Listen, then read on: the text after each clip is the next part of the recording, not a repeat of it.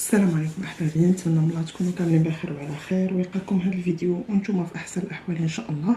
اليوم قراءه جديده، فيديو جديد ان شاء الله يكون فيه الخير ليكم.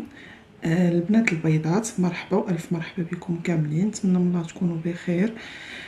شكرا لكم بزاف على لي كومونتير ديالكم، شكرا لكلامكم الطيب. سمحوا لي الناس اللي كان نتاخر عليهم في الرد ولا اللي كنتاخر عليهم في القراءات الخاصه، لان كيكون عندي اعمال روحانيه او كتجيني زيارات على غفله.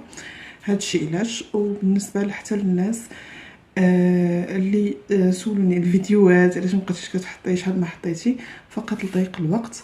واكيد الطاقه ملي ما كتكونش فما كنقدرش ندير القراءه لا الخاصه ولا العامه اكيد. فنبداو على بركه الله، نديروا قراءه اليوم عامه للبنت البيضاء. غادي نشوفوا الحظ والمال، وحتى بالنسبه سواء كنتي عازبه او متزوجه غنخليو طاقه عامه، نشوفوا الزواج، نشوفوا العلاقه العاطفيه والماديه. واكيد غادي ناخذ لكم كارت بهاد التاروت في الاخير كنصيحه. ناخذ لكم كارت بهاد يعني بهاد التاروت، او كما نقولوا سؤال او استفسار عندكم في دماغكم، فغادي نحاول انني نعطيه لكم باذن الله. غتكون اليوم في الجزيره، مسلمين طالبين لهم تسليم يا ربي، الله يجعلهم يحنوا ويشفوا لكم.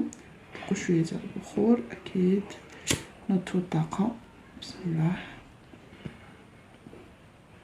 حطوا النيه ديالكم البنات البيضات، ومرحبا باي لون ديال البشره. حيت كاين بعض الناس اللي كيتواصلوا معايا كيقول لك انا حنطيه او انا هذا، كنتفرج في البشره البيضاء، فماشي مشكل، فهي كتبقى غير طاقه اكيد. فالمهم هو الطاقه ديالك والنيه ديالك، هذا هو الاساس. ما كيهمش لون البشره، لون البشره كيبقى رمزي. نطفوا طاقه المكان اكيد. هذه هي المرمريه اللي كنقول لكم دائما تبخروا بها. عقدوا النية البنات البيضات ويكون خير ان شاء الله. نشوفوا المال والعمل والحب اكيد، سواء كنتي متزوجه حتى بالنسبه للناس اللي كيسولوا على سفر. راه غنكمل لكم الابراج ما ناسيهمش اكيد. شوفوا حالك وحال جوادك وامورك فين واصله، ان شاء الله خير. بسم الله. عقدي النية البنت البيضاء ويكون كل خير.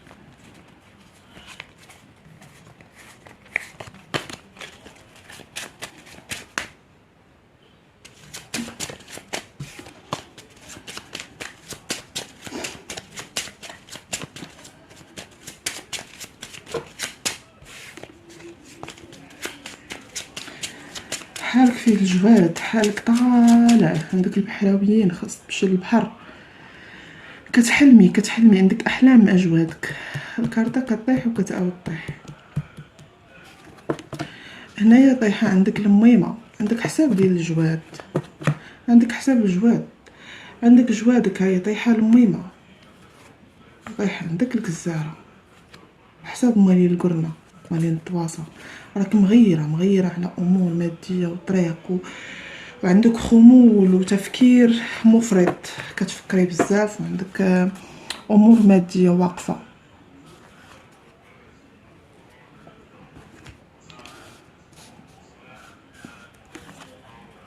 عندك اوراق طايحين لك هنايا، طايحين لك اوراق بالخير بالفرح، ولكن راك دايره الفلطه مع جوادك البيضاء.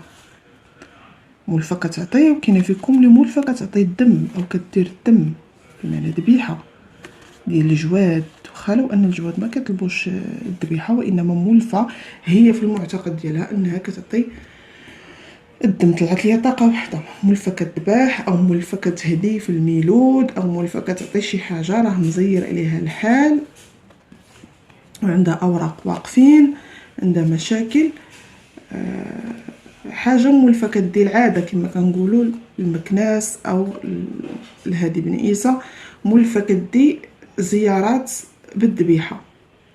فاختي اما قطعي هاد الذبيحه تحيد ما تبقايش ديريها، او سيلي الدم كيف مولفه. ان هنا بان لي نتي مزيره بزاف ومريضه وواصله للطبيب وما كاينش علاج، ما كاينش حل. البعض طلعت لي واحد السيده، يعني انا ما كندويش على كلشي. فهنا كي قلت لك انتي عندك الميمه الحمدوشيه وعندك البحريه، عندك مالي الواد مسلمين وطالبين ليهم تسليم، عندك جوادك، عندك مالك طايحين عندك بالفرح بالخير بالبركه بالتيسير. حاولي الميمه تهلاي فيها، تشعلي ليها ضوها، تمشي تزوري اقرب ولي صالح لك، تمشي تقضي غرضاتك، ما تعطليش امورك. ما يصلحش لك انك تعطلي الامور ديالك، لان هنا كيبان ليا واقف حال معطله امورك متاخره، ساده الباب، قافله الباب على جوادك، عندك زيارات، كتشوفي منامات مع ملوك ديالك، كتحلمي. ماشي هادشي جديد عليك، يعني شي حاجه مولفه كتشوفي منام، مولفه كتحلمي، مولفه كتباشري معاهم وقطعتي هاد العاده. كيقولك اللي قطع عاده يتعادى. عندك هنا حاجه ثقيله ناوياها باغاها نصره تغيرتي عليها على طابله المخزن، راه مازال يتقدالك هاد الغرض هذا ويوقف معاك انسان خمري على هاد الغرض، وغتشدي فليسات على حاجه ثقيله بمعنى عتبه فلوس ارث، حاجه كبيره عندها علاقه بالمخزن، بيع وشراء، مهم حاجه انت ناوياها، راه غتسمعي لها اخبار ويوقفوا معاك ناس، غيكون عندك تيسير في الامور ديالك. عندك هضره والكلام، عندك الهضره والكلام ومكالمه واتصال غتسمعيه من مرا خمريه، غتسمعي اخبار هي خمريه مايله للبياض من دمك، غتسمعي من الاخبار على حاجه ديال الاتبوع على طابله المخزن، وغيكون عندك فيها اخبار كبيره وتيسير ان شاء الله وفرحه. وعندك المجمع ديالك طيح فيه حتى ميمون، عندك ميمون وعندك الجزار. مازال يبانوا في طريقك رجال، السيده اللي عندها الطريقه وفي البلاد البعيده والراجل تلفت عليك، عاطي بالظهر، مازال يرجع ومازال يهدر ويتكلم، كاين رجوع بينك وبينه.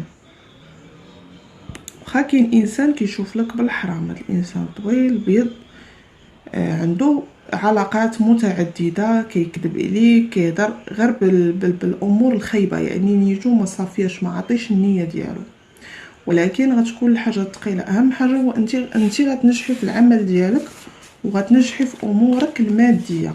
اما العاطفه فراه كاين رجوع بالنسبه للانسان اللي مفارقه، وكاين اللي يلاه دايره علاقه او يلاه كتعرف شي انسان، فباقي ما واضحش هنا في الخط. غادي نشوفوا اكثريه الوجوهات طلعوا مالك باينين، يعني كانك كتحلمي كتشوفي احلام كثيره مع جوادك. واخا نزيدو نوضحو الكروت اكثر.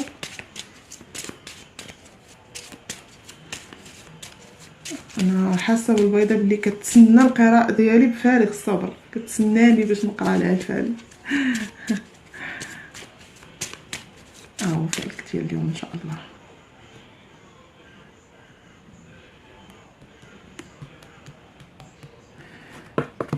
قلبك على عتبه، على بيت فراش، على جماعه.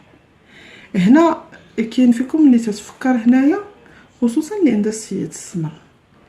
السيد السمر طريقو فيها الحرام، طريقو فيها الغيار وفيها الحرام، وكاين في طريقك انسان حنقي منفصل او ديجا عنده علاقه، يعني كبير في السن، ديجا متزوج وعنده اولاد. يلا عارفه هاد السيد هذا.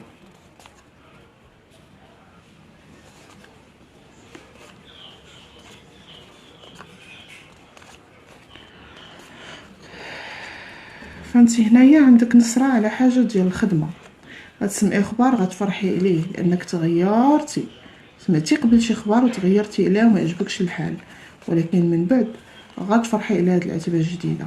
راه ما انك انت ما حاملاش تكوني فيها او خدمه جديده او ناويه ديري خدمه اخرى او تحولي من الخدمه. فنزيدو نوضحوا علاش طايح عندك هاد المشكل ديال الخدمه. كاينه حاجه جديده، حاجه ثقيله غتبان في طريقك، راكي مغيره بزاف ومقلقه وحيره بك ومريضه في عظامك، مرضينك جوادك، طايحه عندك الميمه. شوفي علاش كطيح عندك الميمه الحمدوشيه والسودانيه بزاف؟ لانهم غالبين فيك، انتي فيك عيشه ساكناك من صغرك، سواء كنتي فاش كنتي صغيره كنتي كتحيري وكطيحي، او قبل كنتي كتجذبي، ماشي كديري ليله وانما هكا كتسمعي الاغنيه ديالها ولا الموسيقى ديالها وكنتي كتحيري بها حتى كتسخفي. يعني انتي دابا في هذه الفتره الحاليه ما بقيتيش كما كنقولوا كتبردي الساكن ديالك، يعني كتحسي براسك انك مقلقه مخنوقه، باغا تجذبي، باغا تحيري، باغا تغوتي، قلبك عامر من الداخل، فطسي فاض بك الكاس. ولكن كاينه فرحه، كاينه فرحه من بعد بلوكاج ومن بعد وقفه. كاين الشمع، والسيده اللي دارت الشمع للسيد السمر على اساس الرجوع وياك راه تقلب عليك وتخرب عليك بالصداع وبالمشاكل. اما السيد الحنطي اللي في طريقك بينك وبينه طريق عريضه، وفي الاول غتكون هضره غير عاديه ومن بعد عاد غينوي معاك الحلال، لان كاينه ورقه كتبه بينك وبينه وكاينه ورقه خير. ما عدا السيد اللي عنده السيد الابيض مربوع القد، هذا السيد هذا متلاعب، ما عطيش النيه ديالو 100%. عنده طرف ثالث ماشي حرام، وانما متزوج ومخبئ لك، وانت غتعرفي هذا السر او يلا عارفيه، لان كاين سر مخبئ عليك، انت غتعرفي هادشي وما غيعجبكش الحال، ما غيعجبكش الحال لان ما جاكش الصراحه، كذب عليك. فهنايا عندك مكالمه غتكون على طابله المخزن على نيه ديال السفر، كتسنايا سواء دافعه الفيزا وكانت تحبست لك شحال من مره، اللي هنا محبوسه عليها الفيزا ما كتقبلش ليها، وخصوصا اللي عندها باغا تسافر على برا او باغا تقطع البحر وكتعكس ليها الامور ديالها وما كتمشيش. اول حاجه زوري العيشه الحمدوشيه وزوري الجزاره، طلعي سيدي سليمان، هذا 3 ديال الاضرحه لابدالك منهم، لان ماشي انت غتزوري بالنيه ديال غير غنزور وصافي، لا، غتزوري لانك انت مريضه في عظامك وعندك العوارض، عندك العوارض يعني داخلينك ديال العين، ديال سحر قديم خطياه، امور داخلك اللي ماشي عاديه، اللي ماشي اول مره غيوقع معاك هادشي، لا في الزواج ولا حتى في السفر، يعني كيتقفل الباب عليك.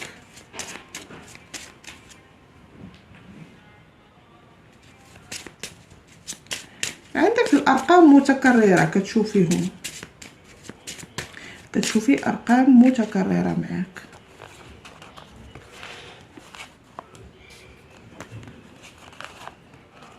واخا نحلفوا الكارطه ديالك نشوفوا شنو كاين. حاولت ما نغبرش عليكم، نطلع عليكم بفيديو اكيد باش تسمعوا فالكم، تسمعوا اموركم كيف غاديه ان شاء الله بحول الله.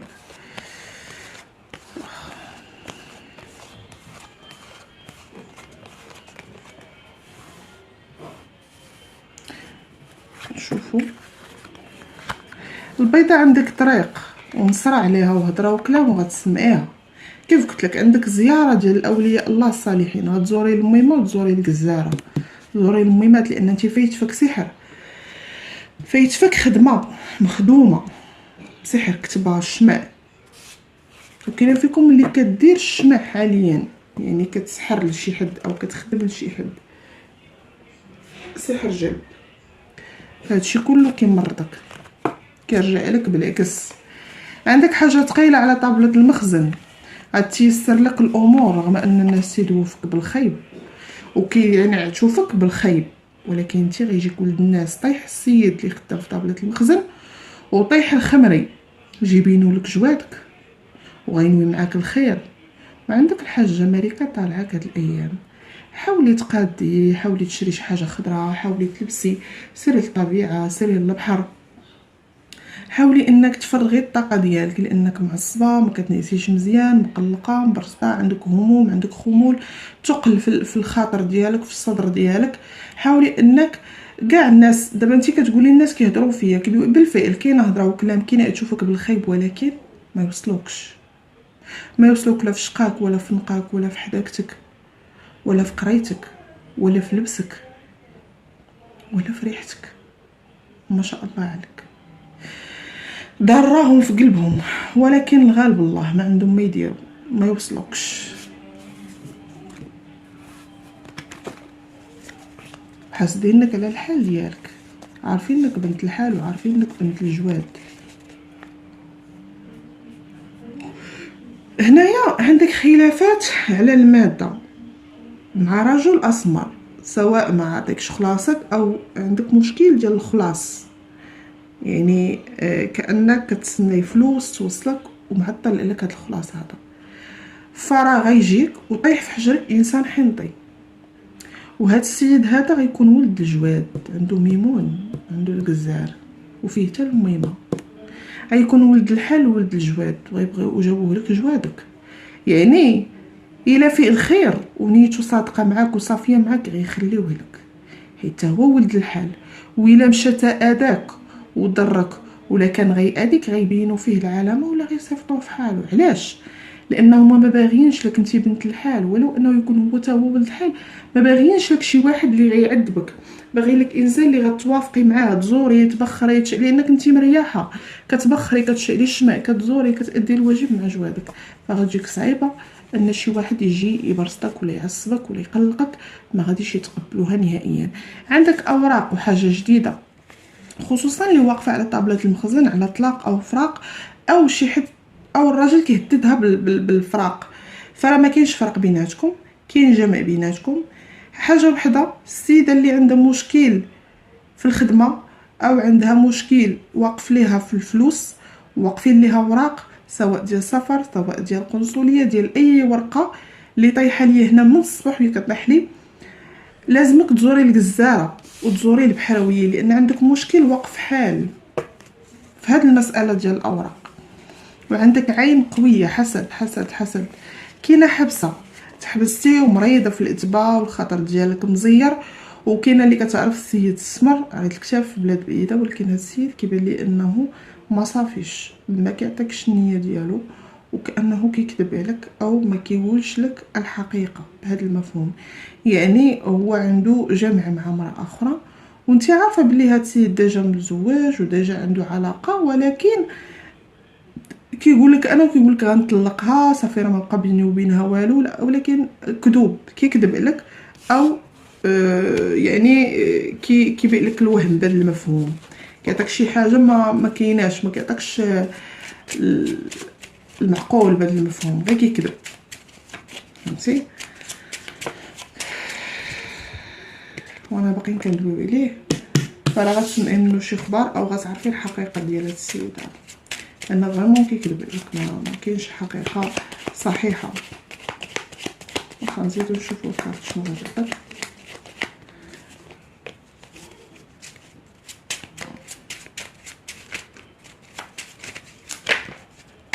كاين حرام، يعني رجال كيبغيوك على الحرام، كيبغيوك غير يدوزوا الوقت بصافي، ما كاينش شي حاجه معقوله، مضيعه وقت. كاين دموع ونكد، حاولي ديري اللون، حاولي تفوسخي، ان اللون انت كيوافق الطاقه ديالك. كي قلت لك عندك دوسي، انت عندك حسابات ديال الجواد، خصوصا السيده اللي طايحه ليا هنايا عندها الجواد، سواء كتخدم بهم سواء مولفه كتادي معاهم الواجب، كتزور ليهم، كتقضي معاهم شغلهم، فاختي ما تقطعيش، خصوصا اللي في البلاد البعيده. عندك المجمع هنايا، راه عندك اتصال ومكالمه غتسمعيها على حاجه ديال السيلو، المهمه كطالبه الضو ديالها، شالي الضو المهمه عايشه وديري الحنه. مغيره على الفلوس، ولكن الراجل اللي غيجيك ما غيكون سقرام. هاد الانسان اللي حينطي ولد الخير كما كنقولوا، ولو انه في الاول غتعجبيه كشكلا، يعني ما كاينش حب، وانما من بعد غيبغيك. كاينه معاه نصره، وانتي حاليا ولو ان هاد السيد متواجد في العلاقه او كاين في العلاقه هاد الخمري، انتي دماغك غير مع الفلوس، ولو ان باغا الزواج او باغا علاقه عاطفيه، ولكن اكثر باغا يعني حاجه اما تكون معقوله او صافي، يعني ما كاينش تعلق. فهمتي؟ ما بقيتيش باغا تعلقي بشي واحد، صافي يعني فقط علاقه عاديه، صدقتي ما صدقتيش الله يعاون، همك غير الفلوس.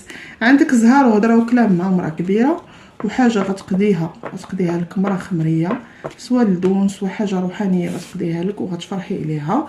هنايا انت محبوسه على الطريق وعندك خلافات، راه مازال غتسمعي ورقه وغادي تشدي طريق العتبه جديده وغيكون عندك فلوس تدخل عليك يعني بالخير.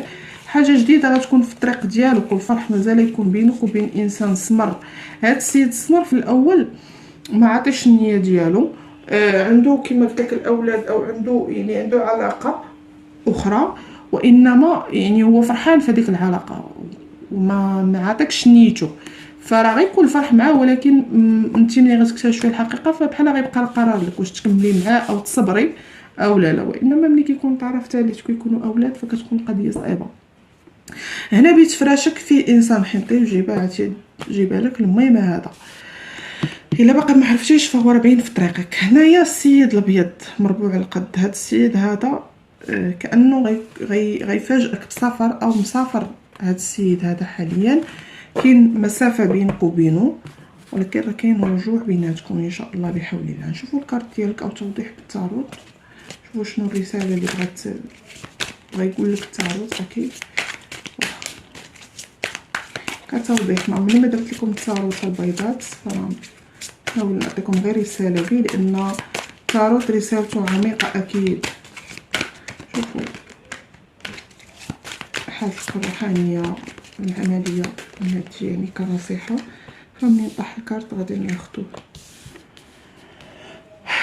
كاينه بدايه جديده. الله الله الله، كاينه بدايه جديده.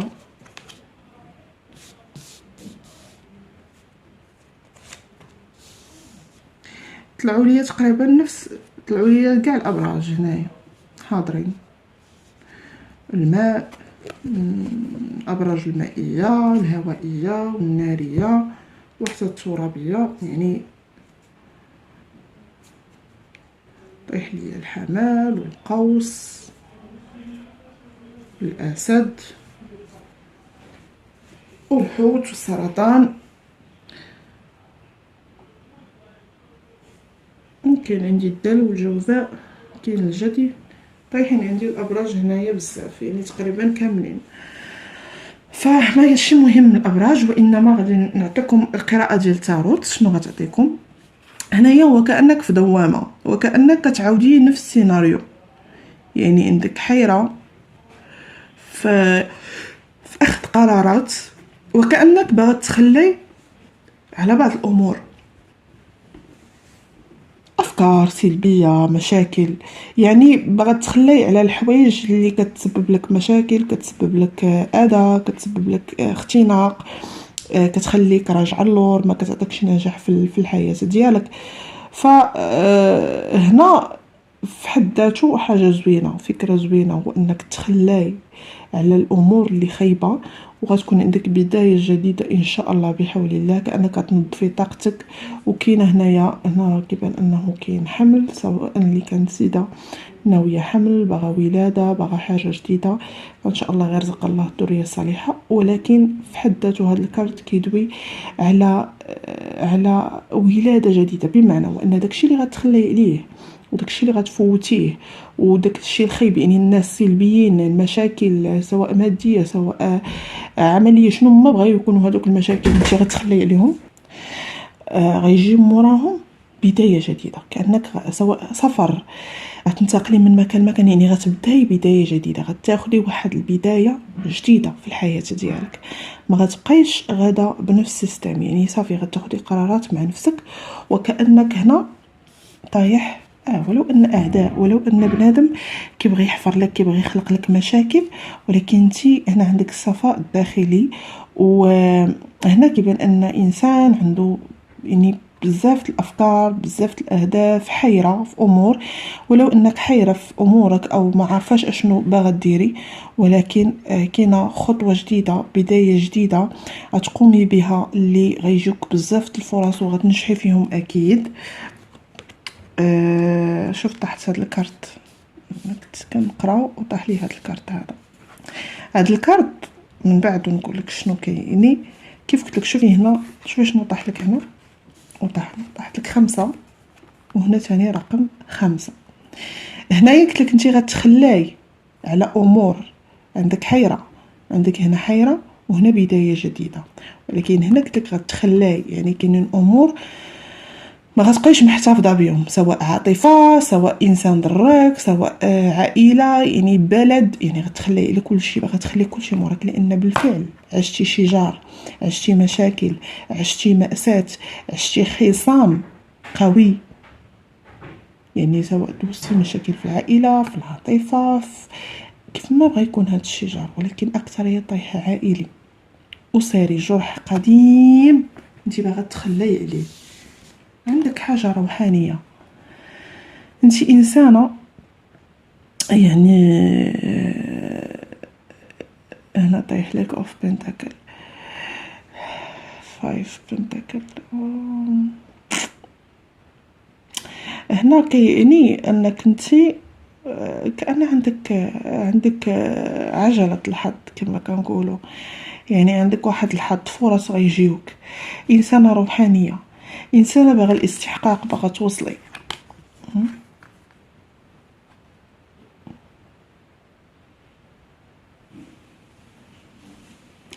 باغا توصلي، باغا تحققي الاهداف ديالك. فملي كنسكت كنحاول انني نشوف اشنو كاين الكارت، شنو باغا ديري في هذه الرساله هذه. يعني انت باغا تخلاي كأن كلشي طلع لك في راسك، الصدمات، المشاكل، هذا صافي وليتي باغا هذاك الاستقرار الداخلي، ماشي المادي وانما الداخلي. المادي باغاه ولكن اكثر داخلي، يعني التخلي عن المشاعر، عن المشاعر الخيبه، المشاعر البئيسه، المشاكل، الطاقات السلبيه. باغا تفرحي، باغا تنوري طريقك وسط هذاك الظلام، باغا تفرحي وباغا تنوري طريقك، باغا بدايه جديده.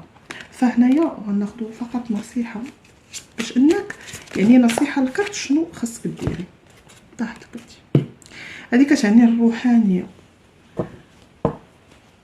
تواصلي مع روحانياتك، تواصلي مع ذاتك، عارفي راسك شنو باغا، حاولي انك تحسي روحك بالامان. ماشي شي حد اللي غيجي يحسك بالامان، انت تحسي نفسك بالامان، وتحاولي تريحي نفسك من التفكير، لان عندك ارهاق، تفكير مفرط، وانت كانك في صحوه روحانيه. يعني الا شكت لك ولاده جديده واقعين معاك بحال يعني تغيرات، تقلبات في المزاج وفي في الدماغ ديالك. شنو خصك ديري، افكار كثيره محبوسه لك، مقفوله لك، ما عارفاش اشنو ديري. يا البيضه طيخه بك، جلسي، حاولي تاخدي نفس عميق وتقيدي داكشي اللي انت باغا ديريه، تكتبيه، سولي راسك علاش انا هنا، علاش انا وصلت لهاد المرحله، علاش كاين اللي عارف راسو انه وصل لصحوه روحانيه، تغيرات واقعين معاه، لا في العمل ولا في الماده ولا في الناس، سواء عرفتي ناس جداد، سواء تبدلتي في الخدمه، سواء المال مشالك وجمال اخر ولو قليل. هذه كانها كلها بدايه جديده. تقلبات في النوم، بزاف الحوايج، هذيك هي الصحوه الروحانيه. خصك تفهميها وخصك تعرفي كيفاش تأدي الرساله ديالها. هذه هي النصيحه اللي ذكرت، هو انك عارفي كيفاش تأدي الرساله ديال هادشي كامل اللي انت عايشه فيه.